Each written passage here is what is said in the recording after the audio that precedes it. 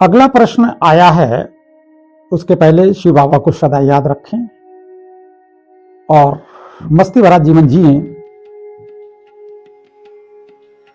ज्योतिष यानी हमारी कुंडली, यानी हमारे ग्रहों की स्थितियां हमारे कर्म को कैसे प्रभावित करती हैं।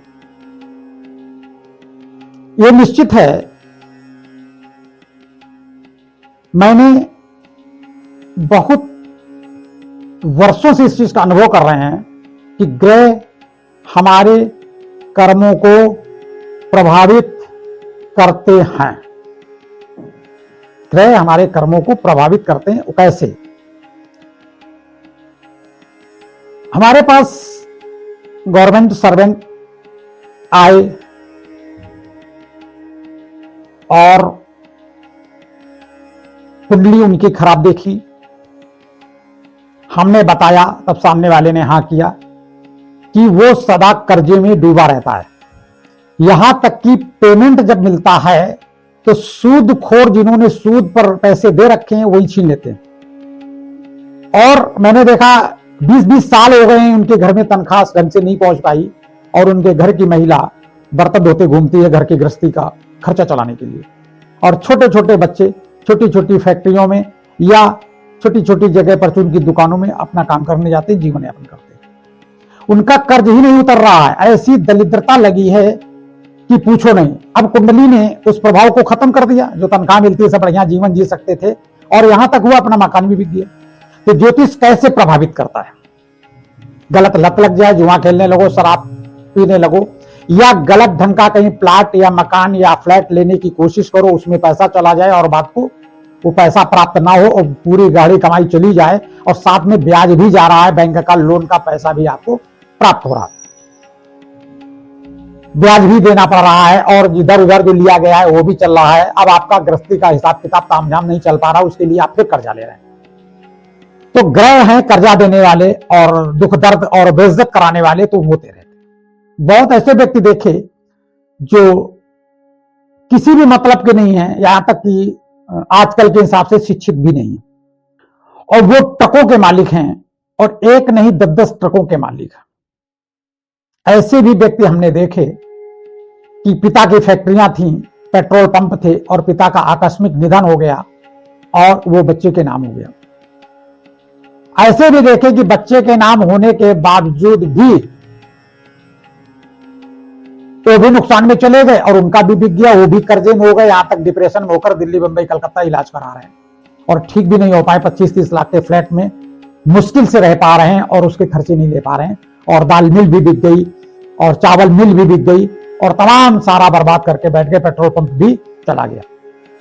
ऐसे भी हमने देखे। ऐसे भी देखे हैं जिनके पास कुछ भी नहीं है और आज वो फैक्ट्री मालिक हैं और बड़ी बड़ी गाड़ियों से घूम रहे हैं।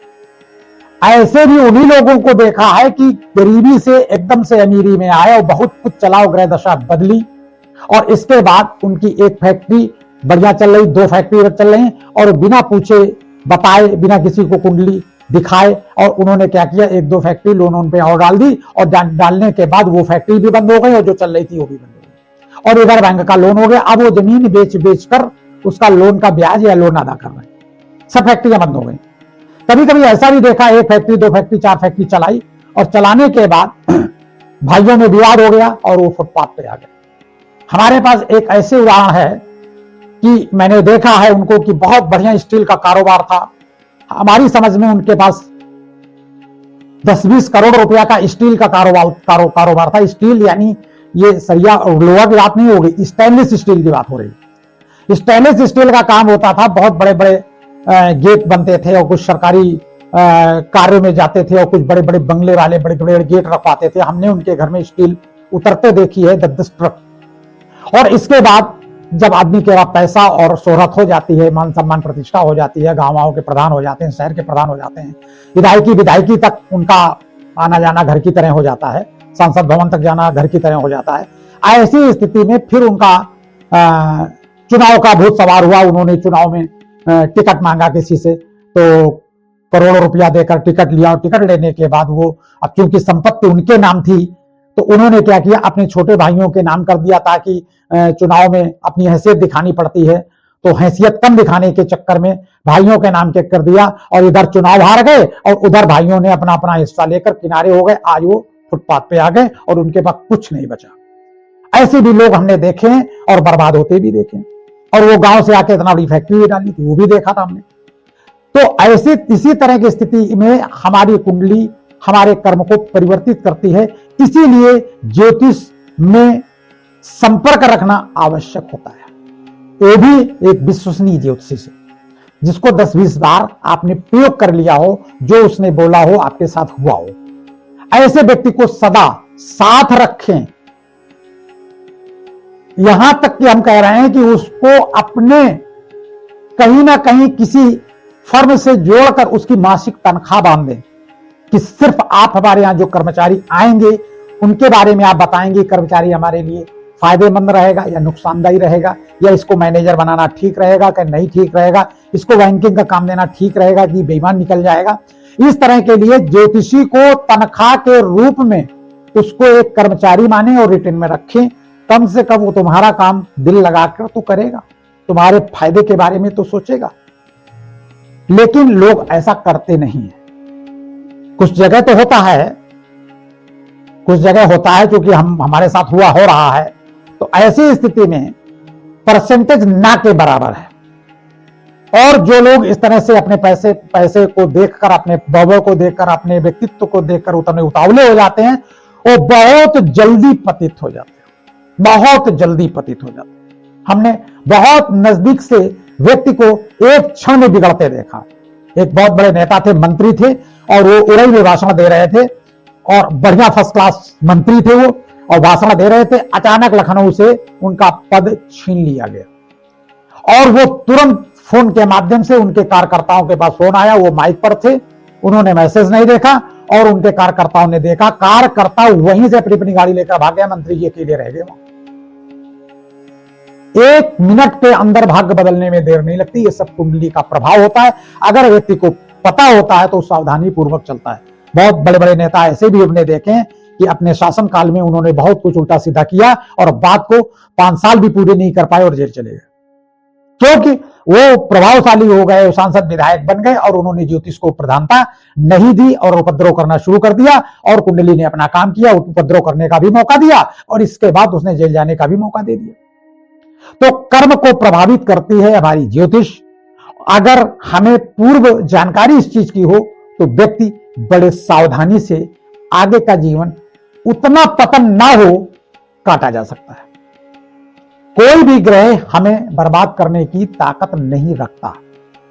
अगर हम ग्रहों की व्यवस्था को जान जाएं, हमारे ग्रह कह रहे हैं पैसे बर्बाद होंगे, हम कहीं बयाना बट्टा नहीं करेंगे, हम कहीं जमीन प्रॉपर्टी नहीं लेंगे, हम कहीं फ्लैट नहीं लेंगे, कहीं बुक नहीं कराएंगे, पूरी सावधानी से करेंगे, फ्रॉड नहीं फंसेगा, तो हमारे पास पैसा तो बैंक में पड़ा है, कम से कम लोन तो नहीं है। और कल के दिन बुक कराया वो भी चला गया और पैसा भी नहीं, हमें लोन भी भरना पड़ रहा। तमाम सारी चीजों से बचा जा सकता है। हमारी ग्रह दशाएं खराब हैं। अभी एक बच्चा आया मेरे पास तो कह रहा है कि पंडित जी 1 महीने पहले मेरा फोन वहां पर बॉम्बे में चोरी हो गया, और 1 महीना नहीं हुआ हमारे हाथ से सड़ी चलती हुई सड़क पर छीन लिया गया। हमने कहा बेटा अब ग्रह दशा शुरू हो गई, अब ये तुम्हारे साथ 19 साल यही होता रहेगा। कल 19 साल होता रहेगा तो क्या हर महीने फोन जाएंगे? हमने कहा फोन नहीं जाएगा, कुछ और नुकसान होगा। सावधानी पूर्वक रहेंगे। आप साइकिल में ताला बंद करके रखें, ऐसी जगह साइकिल रखें जहां पर पूरी सुरक्षा की दृष्टि हो। कहीं ना कहीं कोई ना कोई नुकसान होगा, लेकिन यही ग्रह तुम्हें काम भी कराएगा, आमदनी का जरिया भी देगा, लेकिन एक नुकसान का भी जरिया होगा। जैसे अंधड़ा बंटता जाए और पड़वा खाता जाए, एक कहावत कही गई कि अंधा घास को काटता हुआ रख रहा है और पीछे भैंस बंधी वो खाती हुई जा रही है, पीछे देखा तो कुछ बचे नहीं। तो ऐसा होगा, कमाते भी जाओगे, नुकसान भी होता जाएगा। तो ग्रह हमारे कर्म को प्रभावित करते हैं, नीरस कर देते हैं। यहां तक कि हमने देखे कि बच्चे बार बार टेस्ट देते हैं और कई फाइनल नहीं आ पाते हैं और तो टूट जाते हैं, बिल्कुल वो डिप्रेशन में चले जाते हैं या अपने आप को नशा पत्ती में उतार देते हैं। तो ये ग्रह प्रभावित नहीं करते।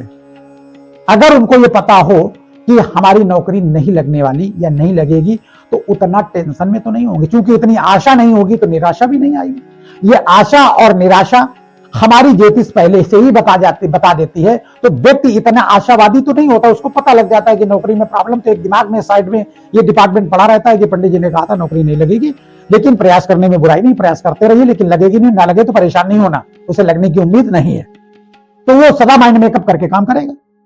अभी एक बच्चा आया, उसको अपने 2-3 जगह कहा था आपका नौकरी नहीं लगने वाली, और 2-3 जगह बिल्कुल फाइनल रह गया, तो उसकी नौकरी नहीं लगी। अभी बता गया कि पंडित जी आपने कहा था और नौकरी नहीं लगेगी, तो नहीं लगी, और बिल्कुल फाइनल पहुंच गए थे, हमारा सब कुछ ठीक ठीक था, और पता नहीं क्या हुआ, मेडिकल में भी पास हो गया, सब जगह कब हो गया, लेकिन नहीं लगी।